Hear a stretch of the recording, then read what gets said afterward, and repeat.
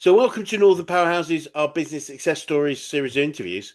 We'll discuss with local business leaders their backgrounds, their successes, their challenges, and what's really driving them forwards. And this afternoon, I'm delighted to have with us Jay Baughan, who's founding chief executive at Pluggin Ecosystem. So, firstly, Jay, thank you for spending some time with us. If you'd like to introduce yourself, Pluggin Ecosystem, what you do, how you help people, that would be wonderful. Thank you, Chris. Yep. So I'm Jay Baughan. My journey began many years back in Africa. So we'll come on to that, I'm sure. But Brilliant. I've created an ecosystem with a bunch of nutters, social entrepreneurs, where we have been just trying to make things work for businesses and charities that goes beyond matchmaking, Great. tangible, as a way of disrupting the way that public procurement does social value. So Yep. this is the return on social investment we are all aware of Yep. if we are a supplier into government, etc.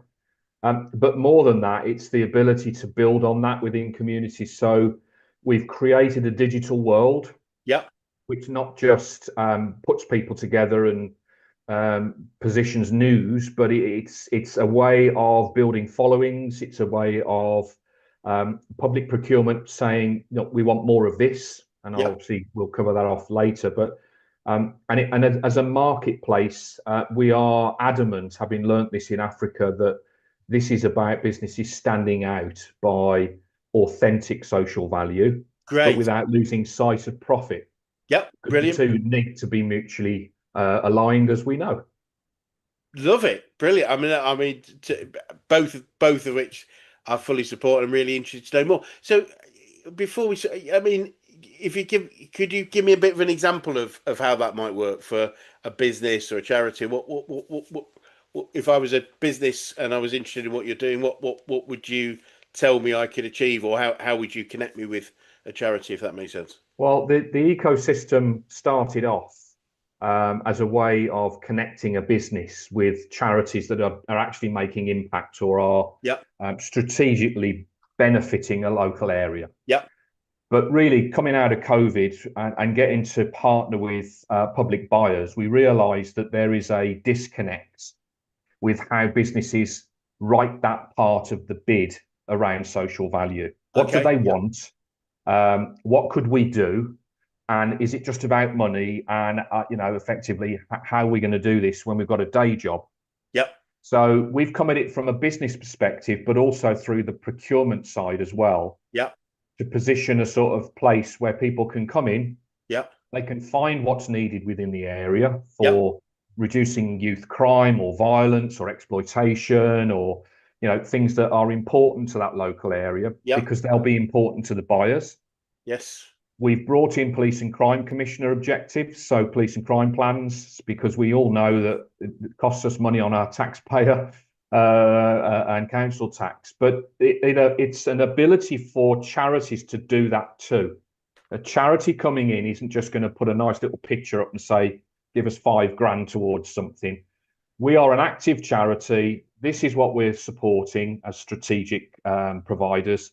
We want businesses to come and work with us, collaborate with us as social value collaborators, and let's together put that into a contract, Yep. and then let the procurement organisation look at that and say, is that sufficient enough as 10 or 15% of the weighting of a contract tender, enough for us to say, yeah, we'll tick that off, and we'll say yes, that ticks it. And then when the contract is awarded, rather than it just being put in a drawer and maybe got to later, our job is to sort of make sure that's front and center. So the charity pushes their collaborator, the business and the charity start thinking about marketing, building that sort of storytelling about what's happening now they've got together. That becomes part of the procurement review process. So rather than graphs and spreadsheets, it's now real time. It's visible on the ecosystem through news or feedback. And to a large extent, what that does then is it starts to build that market force approach. So Yep. a business will stand out through its marketing of its social value in Yes. this marketplace. So, from the big boys right down to your small, medium enterprise, solo or multiple solo providers, how are we making a difference? Is Yeah. this a level playing field when we haven't got the deep pockets of a bigger provider? But guess what? We're local. We know the environment. We know the people. We're Yeah. genuine. We post a lot on here about what we're doing. Yeah. So we've created very much an ability for people to come in for free. There's no charge for this. Okay. To just literally bring your table of wares like the old boot sales that we used to get in the fields, and everybody just gets on with it. But the Great. benefiting element is that's resource that's now being harnessed better. Yeah. It's channeled into activity that means that activities can sustain for longer. And ultimately, we want charities to be less dependent on grant funding and philanthropy and more business focused around let's work with a number of businesses potentially about what we do. We might need some back office support. We might need some project management support. We might need a bit of money, some laptops, whatever it might be. But the sustainability of the program that they're collaborating under starts to make an impact on local communities, reducing Wonderful. vandalism, antisocial behaviour, whatever it is. Wonderful. What a great thing to do. Brilliant. I'm keen to learn more about this and see if we can find a way to get involved. Um, if Jay, if we kind of just sort of looking backwards for a little while, if you tell us a little bit more about your background specifically, how you got into business and why this particular one for you. Well, so my journey began in 1988 when I left the army as a young soldier, disillusioned. So I joined retail. I got involved in retail logistics, so from a warehousing and Okay. Yeah. distribution perspective. And I quite quickly got sucked into solutions design because at that point, e-commerce was hitting us. Yep.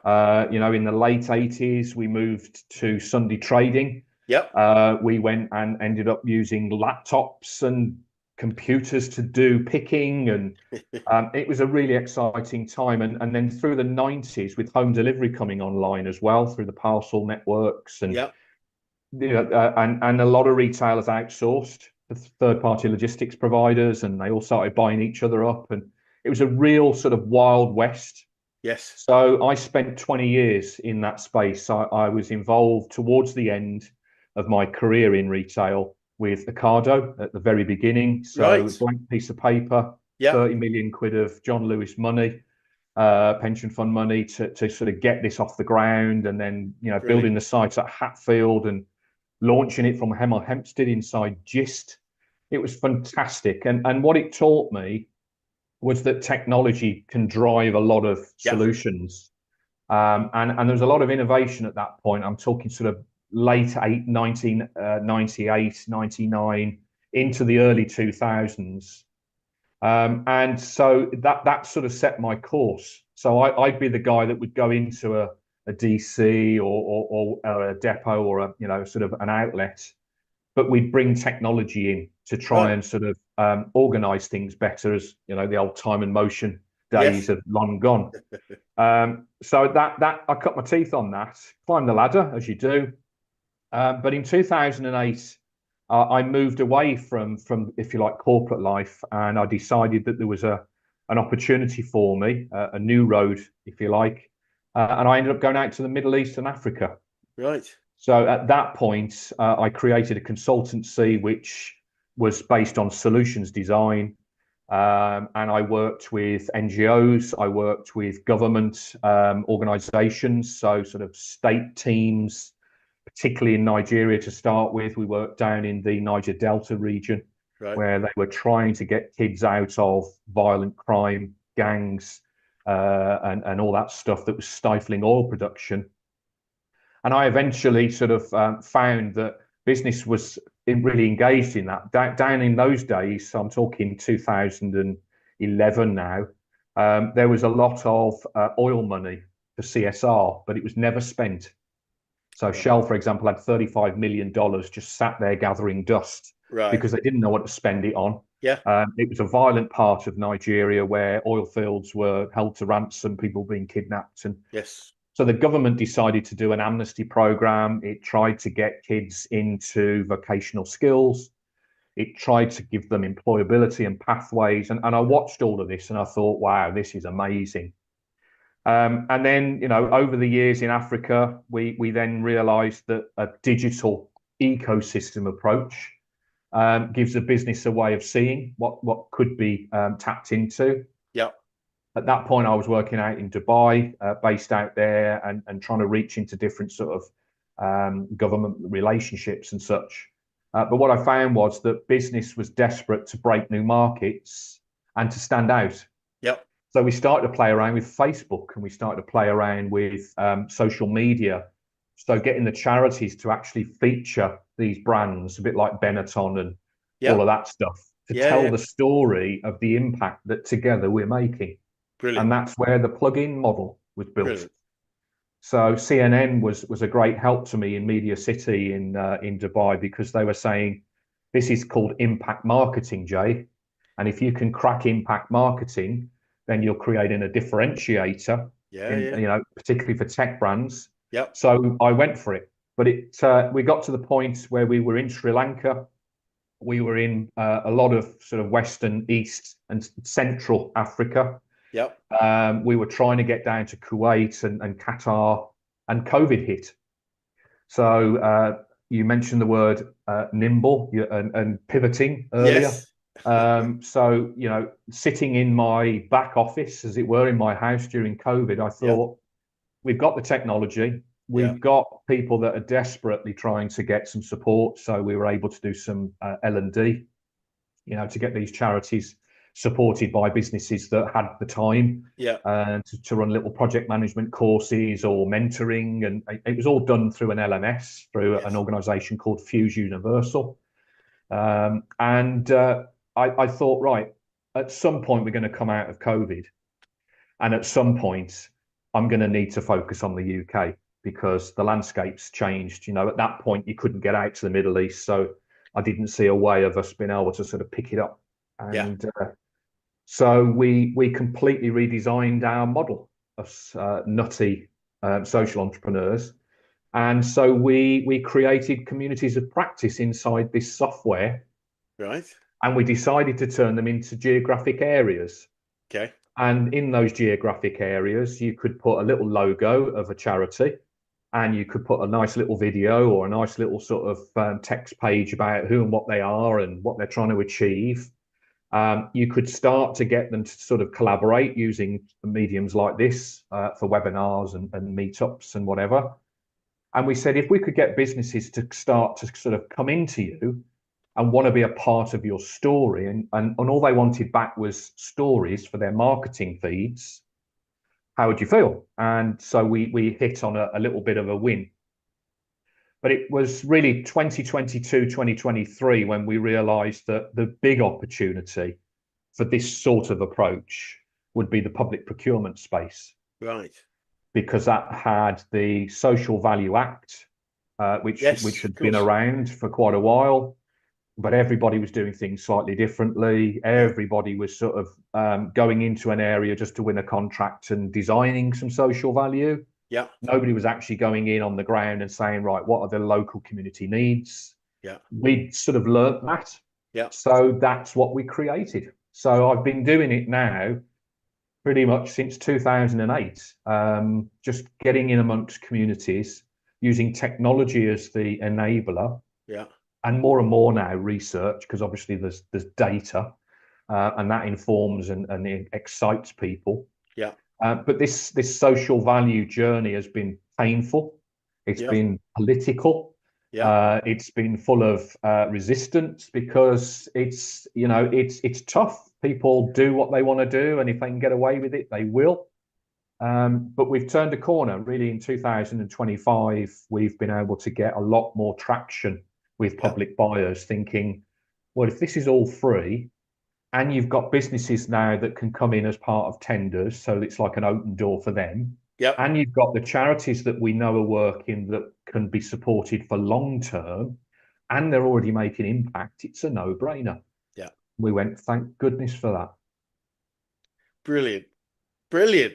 And because it's interesting, isn't it? As you say, if you can combine a requirement plus it's a as a profitable strategy, then you've got an absolute no-brainer there, haven't you? Really, I have to do it, and I can make money from doing it. You say Yeah. it's, and I There's think, got to there's got to be a mutual benefit for yeah, any business to say, as part of my sales, I've got to do the social value. Right. yeah, Well, we can either tick a box or we can really embrace it. yes, And there's a lot of businesses that employ people to do it for them, so that the bid team have somebody to ring up and somebody writes the social value part for that.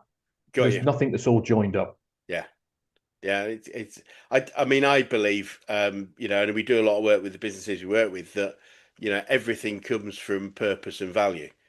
And your marketing strategy should, because people, there's some great books, you're probably familiar with, Simon Sinek's Start With Why type book. And for me, marketing should be about telling people who we are, what's our identity, and therefore people can choose to be aligned with that or not. And the best, most profitable relationships are one where there is an alignment. And so it just makes absolute sense. So I mean, obviously you've had quite a varied career. I'll keep looking back. I mean, when you were growing up, did you foresee yourself No, running a social enterprise? What did you have other things planned for yourself? no. Well, I mean, as a young, very, very young person, I was in the army cadets. Of course, yes, yes, yeah. So, from as soon as I was allowed to join, I was in. And then that Wow, was like, that was my career. But when I yeah, got in there, back then, you're talking early 80s, the culture was very, very different. It was very, very uh, old fashioned, let's put it that yes, way. So you, yeah, you, you were initiated and you yeah, had to yeah. be accepted. That turned into a thing called bullying, and it was all over the sun. I remember that. And I Yeah, realised that the world was changing, and I didn't fit in. yeah, I'd started off at 16. I joined 16 and a half. I joined as a junior leader. So you go off and they give you a year's training yeah, to be a leader of the future.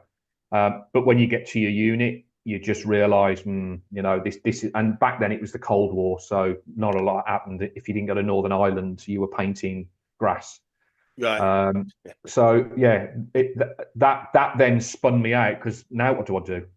yeah, And yeah, I fell into logistics literally. But what I found was logistics slash retail was such a changing beast. It's a great place to be. yeah. Keeps you on your Brilliant, toes. brilliant.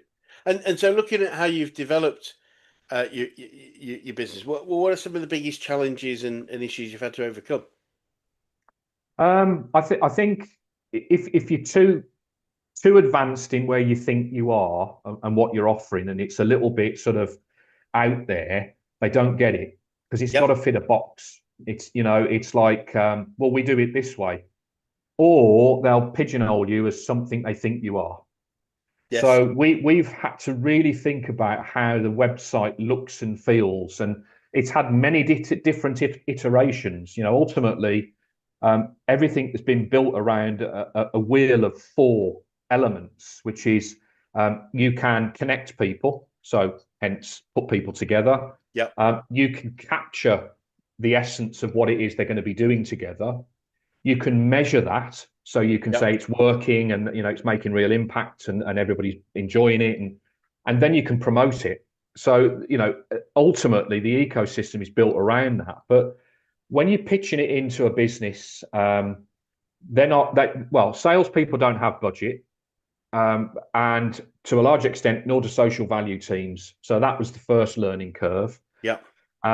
Marketing people do. But to get the marketing people from people that sell into public sector, police, whatever, councils, marketing's detached from that. To a large extent, the marketing is more about the brand and everything. It isn't about supporting the sales. No. So we've had a painful journey trying to talk to everybody in a business to say, come into the ecosystem, but everybody's got a place to play. And Yep. marketing in particular, you've got a great way of lining your brand values and your product with similar in communities. And of course, nobody's ever really sort of sat and thought about it. Well, I make widgets. How does that support a community? Yeah, but you've also got employability programs, apprenticeships. You've also got Yeah. Sunday football that you sponsor. You've got charity fundraisers that you do. Oh, yeah.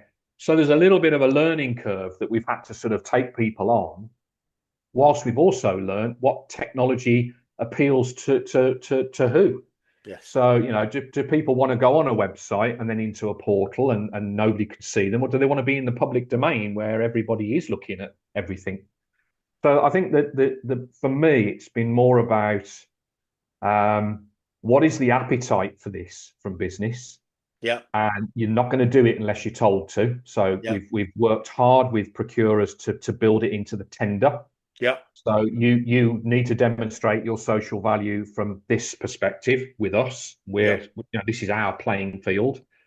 But we want specifics, and we want to be able to measure that. And that measurement isn't whether you've run a program yourself as a business, as a side thing. It's whether you have delivered on what you said you'd give to a charity or group of charities, and Yeah. it's led to an impact. And guess Yes. what? Thanks very much. We've had a return on our investment. Brilliant. Love it. Absolutely love it. And so obviously it's interesting when you said it was almost like explaining what we did. The challenge was that sort of educational side. I was talking to one of somebody earlier, and I said when we started in business coaching, which is now as an organization, as a global organization, 34 years ago, and I started 21 years ago. It didn't exist. We were sort of the spearhead. So really, it was explaining what we did, and then when people decided that's what they needed, then it was, well, you're the only people that can do it. And I think now, as I say, I always say you can spend 95 quid for a 2-day course to become a business coach. Good luck with that. But it's about education, and if you want people to understand and it fits their needs, then the deal is done, is in many ways. Yeah, I mean, one thing I knew, Chris, is that if procurement could see the fruits of the labour out of any marketplace that we've Yes, created, it's going to be right. So, how much has been generated? yes, So, the first challenge was, well, no businesses wanted to come in, so they were trying to sort of encourage them to come in, yep, do us a favour, come in. We want to test this.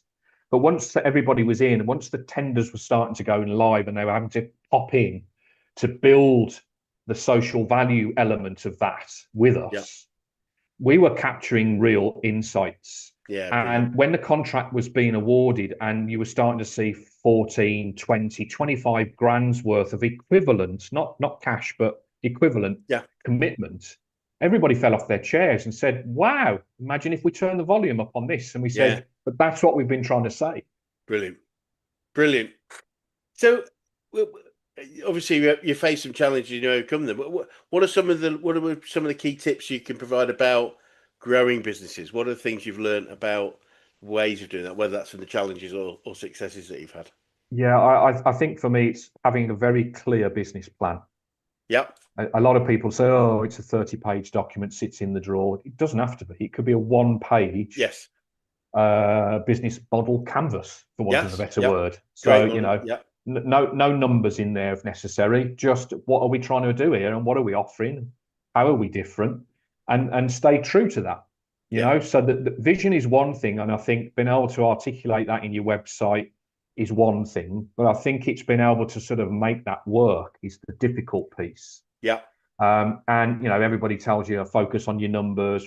I think it's a mixture of all those working parts being sort of looked at constantly, but equally the market will push you to change as well. Yeah. So it's been agile, isn't it? And if you are selling services or products, I think I've seen enough businesses punch above their weight and get contracts, and it's fantastic to see. Yeah. But we've equally seen a lot of the big players monopolize. So, and I think again, it's like, well, how do we come up against that? So we've had a lot of confusion about what we are, because we're a social enterprise. Yeah. Nobody knows what a bloody social enterprise is. Ultimately, we don't make profit for profit's sake. We make it because it plows into impact. Yeah. But we're still a business. We still Yeah. need to trade. So what's happened is a lot of competitors have been found. Portals, for example, that charge a percentage of the value of any contract, or matchmaking portals that say, well, we can put charities in front of you and you can go shopping in there. Well, what we found was if you stay true to your vision stay true to your business model canvas. The difference is we've got to see an end-to-end link up. So if a charity is going to get support from a business, let's see what that really looks like. So guess what? They can push out and get more businesses to start coming to support them. Yep. But there's got to be an upside for the business, which is that they can leverage that and win more contracts. Yep. So, we have evolved along the lines of investing into more technology development, investing into better storytelling, investing into data sharing. So if a round of so we've broken the ecosystem into 44 areas. So that's police territories, if you want to call them that. Yep. But that covers the whole of the UK. So one territory might just be Scotland, but another could be Thames Valley, which is 3 counties. Yeah. So the idea is, let's start showing the activity as real transactional data. Yep. So you could say that this marketplace has gone from there, where we had 2 or 3 contracts a month, to 100 contracts a month, because now the council's come on board and we've got the NHS doing the same. But everybody's focused on those same impact objectives of reducing crime, protecting children, stopping this, creating apprenticeship pathways so kids can find a way through. Yes. And market that. And so what we've decided is that's where our focus needs to go. We had to flip our business model. We had to flip our business model in January. This has been a self-funded element to start up with, but to charge businesses a membership fee to come in just wasn't working for us. It was almost a blocker. Right. So what we did is we went back to our original model out from Africa, which was, as a marketing team, we'll give you the ability to sponsor limited spaces, sponsor an area, a territory. Yeah. So that you're enabling that free flow of social value movement and impact to happen. And we'll charge X just to put your badge on there. But guess what? We'll go a stage further. We gave them a profile page, embedded a video in there, gave them a news feed, gave their marketing team access to a form that they could then post like we do on LinkedIn. And it's gone absolutely mental. And that was because we thought we've got to sort of think a way around this. We've got to stay on track. Brilliant. Brilliant. Wowzers. I can see how you've developed this over time and what and I mean it's not something that I would imagine existed before you created it in many ways. Isn't a model. I'm trying to think of a business model that might be relevant to it, but it's not really. No, I mean a news agency approach was where I started. So in Dubai, I was lucky enough to sit with media savvy people in Dubai. Yeah. And I got a friend, Paul, who was based out there at the time. So that was my base. And we were able to sort of build an understanding of what motivates marketers to spend money. Yeah. And that was around getting a bang for their buck. So, I can't give people stats to say X amount of people have done X, Y, or Z with your content. But what I can do is I can give you a far better profile. And we learned that really the sort of marketing community has very deep pockets and will spend money if it needs to. Only people spend for trade shows, stands, waste money on digital marketing. So I think for me, it's very much about focusing on that element and saying, right, we've got to make money, but we've got to make sure people get an upside. Yes. And the more I've gone back to that and said, only costs X for 6 badges on an area. There's 44 areas. That's £500,000 a year. That will more than cover the free access and the ongoing developments. Yep. We've got a little plug-in studios now, where one of the shareholders is a lecturer at the University of Northampton. And we did a little prototype for a film unit using his students and graduates to cut their teeth. Brilliant. We've made some videos about Milton Keynes and the sort of underbelly down there. So that's what we've done. So our profit will go into that. But equally, Nathan came up and said, why don't we teach the charities to use their mobile phone and a little microphone to tell their own stories in real time, upload those and share them with their business sponsors. Brilliant. Media Candy. So, for me, it's about just thinking outside the box, but staying true to that business model. Yeah, brilliant. Absolutely brilliant. I think you're aware we're a business coaching organisation, Jay. So I'm just keen to know the best coaches you've worked with, whether that's business, sport, life in general, or even the army. But who's had the biggest impact on you? Army for a number of reasons, but I think um, from my experience of business coaches, including ActionCoach, which I know has evolved rapidly, and some of you have been around a long time, it is about the person. And I think once people realise that the person is the leader, and I studied intensely emotional intelligence. Yep. I worked with Roche Martin in Africa, and we developed a Oh, whole okay. raft of stuff in terms of how we might help um, community coaches and counsellors and Yep. youth workers to use emotional intelligence. And I learned from Nigeria, there's no point taking a kid out of the hood, sticking them in a classroom and making them a welder. They still haven't got the Yes. inward ability Yeah. to get that job and keep that job. Yeah. Yeah. Yeah. And I think the coaching element started for me when I was 16 and a half, 17. Organization skills, plan, stick to your plan, adapt your plan, pivot, as we keep saying. But again, it's realizing when you are close to burnout, when you're pushing the envelope a little bit. Teams, what drives teams are individuals. I think we've learned a lot over the years. And then you apply the business principles around that. And I've seen some really successful outcomes for people, Yep. even to the point where in a lot of the bigger organizations I work with, they used to have their own internal coaches Yeah. who were people from HR, didn't have a bloody clue. Yes. So they started to draft in the sort of the old salts, as it were, Yep. from within the business. Particularly the parcel networks were good at that. The sort of depot managers that had really done well started to be flown around the depots, Right. turn them around. But they were just, stick and carrot merchants back then. Yep. So I think that approach, and I've looked at ActionCoach's model, and I've looked at that whole person holistic view, Yep. and I think it works. And I think a lot of people think there's some magic solution. And I worked at the University of Northampton as social entrepreneur in residence with them, and we tried to get an incubator off the ground for SMEs Right. from within the university. Yep. So we started to do a lot of sort of stuff with Business Link Yep. and all of that stuff, which Yep. ultimately a lot of people dialing in, and we say do an MOT on your business. What does that entail? So it gave them a little sort of pictorial approach of it, but do an MOT, and I do that constantly. Lift the lid on that. Is that level working? Oh, that's not quite right. That doesn't sound right.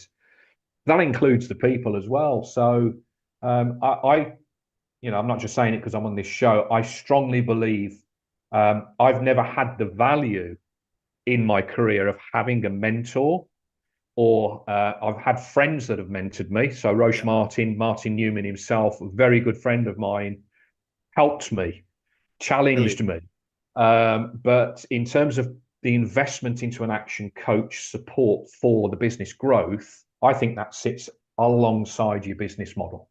Brilliant.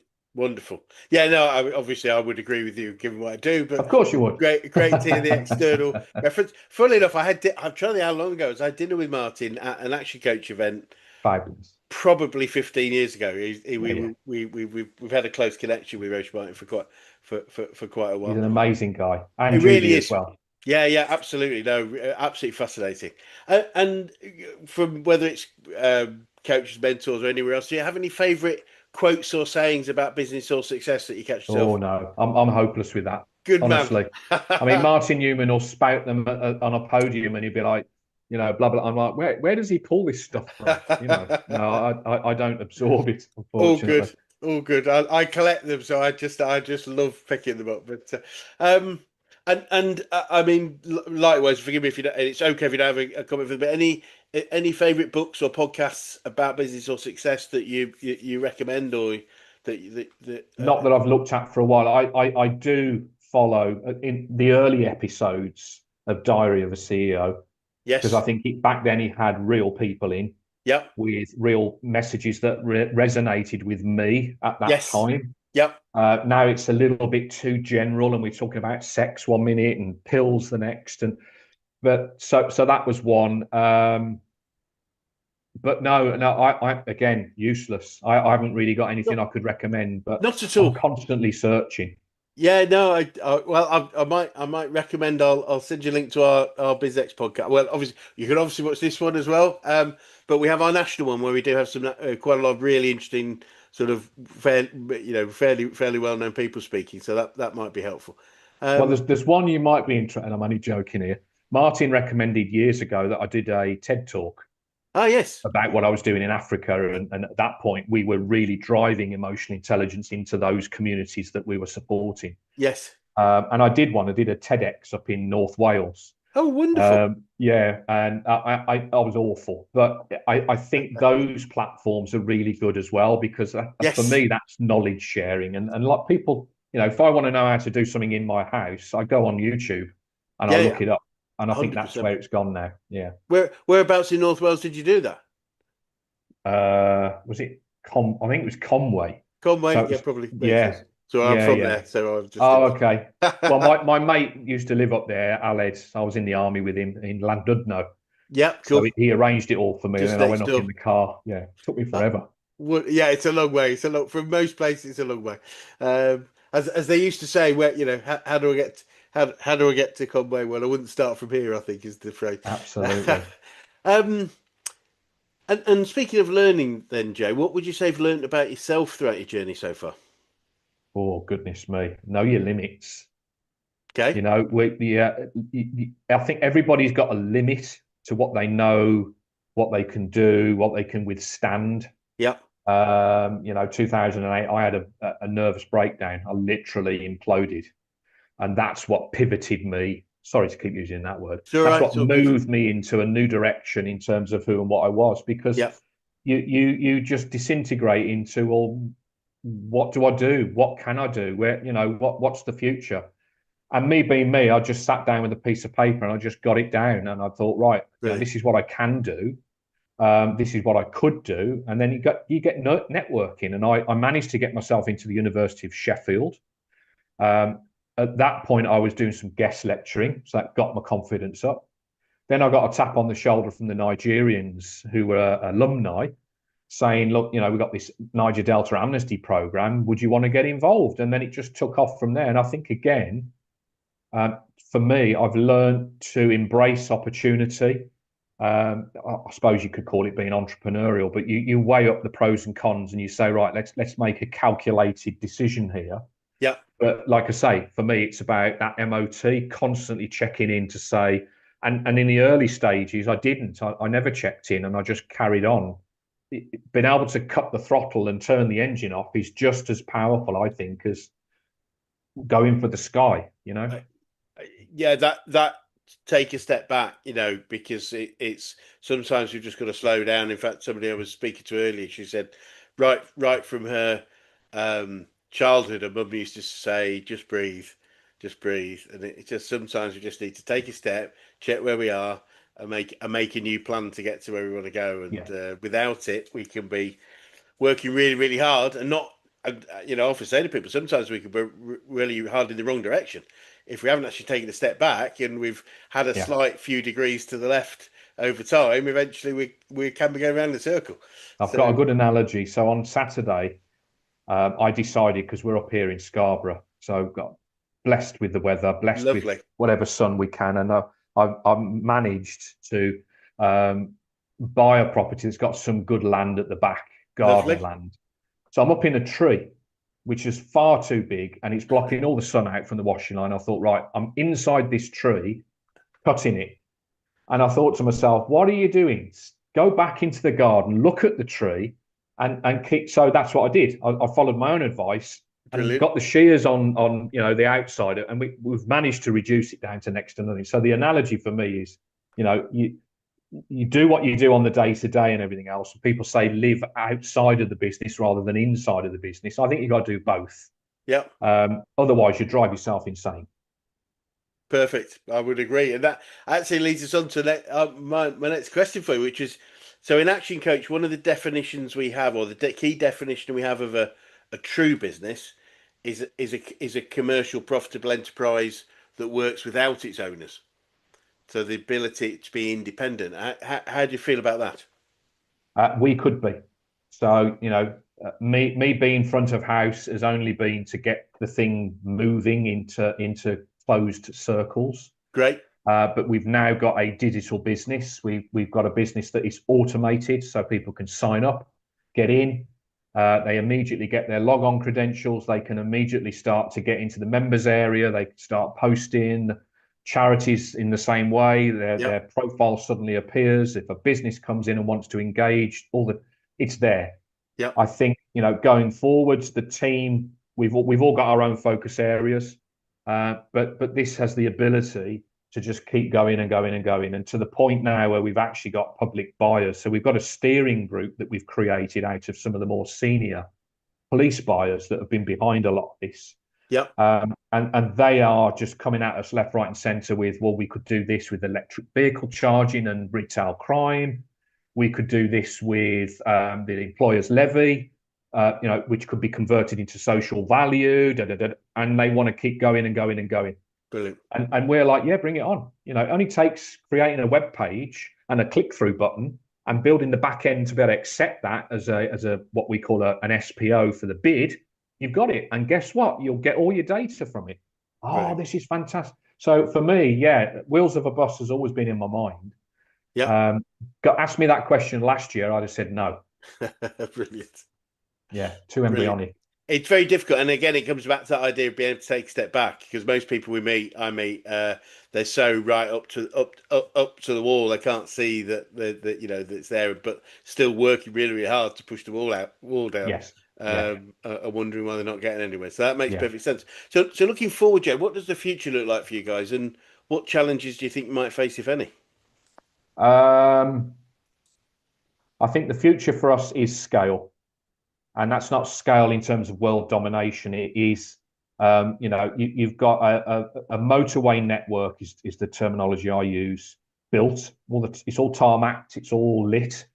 Yeah. It just needs more cars, Cool. and these cars are bids. People coming in to do bids, people ringing each other up and saying, right, well, if we come and work with you for this contract, this is what we'll do. Right, okay.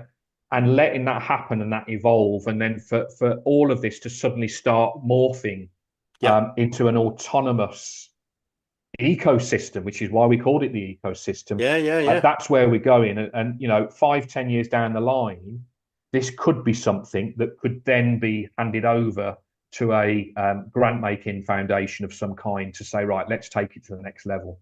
In my mind, I'd love a John Caldwell to come along with his living will and say, Jay, let's build it faster, bigger, because obviously there's investment needed in it, but it's got a commercial model to it. Yep. So, and so for me, I've got my eye on that. Yep. We are heavily involved now with talking to universities because we want the impact data from this, like the old social impact bond. Yep. Whereas social value becomes that seed funder at the beginning. Yes. The return on investment from that is the fact that we start seeing less young people going into custody, less young people in A&E getting knifed, less kids getting sucked into criminal gangs because Yep. there's nothing else. So 5-10 years down the line, this really could be something that is eventually self-prophesizing. Brilliant. Brilliant. Well, I love that, and anything we do to help you make that happen, would be delighted to do so. And can you say what you'd say to anyone that was thinking of going into business right now, Jay? Do it. Do Cool. it. I think if you are realistic with, and a lot of people bootstrap. When I use the word bootstrap, it really is bootstrap. Everybody gets paid before me, for example. Yeah. But do it, learn, reach out, like you say. There's plenty of coaches. There's a lot of people that are prepared to be mentors. We're talking to a lot of businesses now in terms of social value being mentorship. And the community. Yes. That's not social value. That's volunteer. No, it's actual corporate time. Yeah. To look after maybe 3 or 4 young people that want to do something in maybe media or what, and saying, right, we'll meet up once a month, whatever. Love Let me it. share my knowledge with you. as you know, as your mentor. You know, this isn't about teaching you business; it's about helping you. And I'm all for that. And it Brilliant. might be something that we end up doing a lot of within our environment. But you know, I think for me that's what I would be sort of looking at: young people taking the leap without taking the risk. Yes. No, brilliant. Absolutely brilliant. And if you started again, is there anything significant you think you do differently? I'd get a backer. I would. You know, something as ambitious as this. This is evolved, Yeah. but it's taken everything we've had, everything we've got, Yeah. and I'm not just talking about our money; it's our time. Yeah. And I think as well, it's a lot of the learnings of how do you penetrate closed corridors of public procurement or public bodies. You're dealing with egos, politics, you name it. That's what I would do differently. But you know, the UK spends 300 billion a year on goods and services through its public procurement. That's Cabinet Office owner figures from 2 years ago.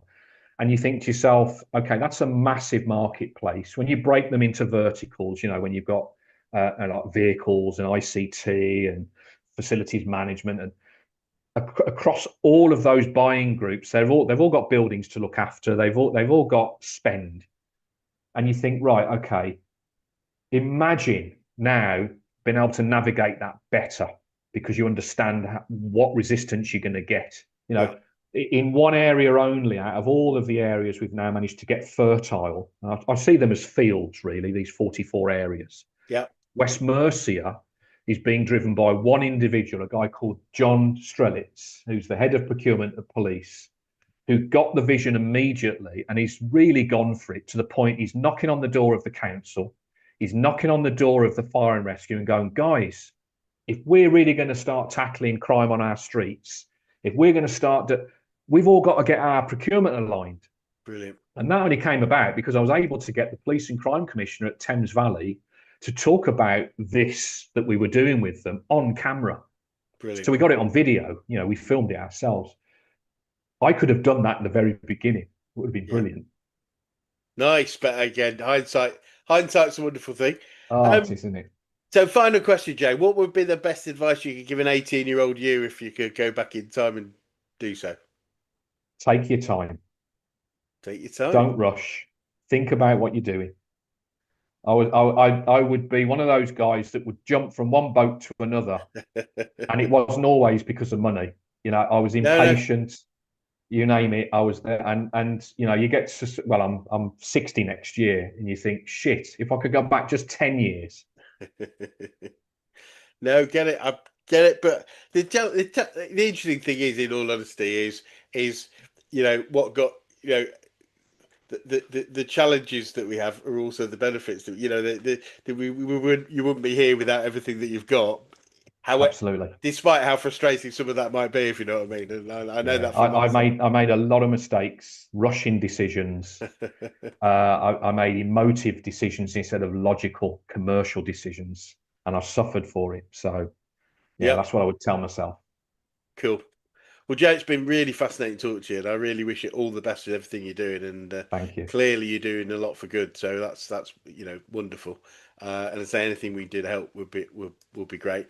And for anyone that's watching who'd like to get in touch with you or the ecosystem, what would be the best way of doing that? Just go to plugin.org, and it's there. You can get us. Brilliant. Well, it'd be great to swing by another 6, 12 months and just see the developments and get some more learnings from you. But for now, thank you so much. Thank you, Chris. Thank you.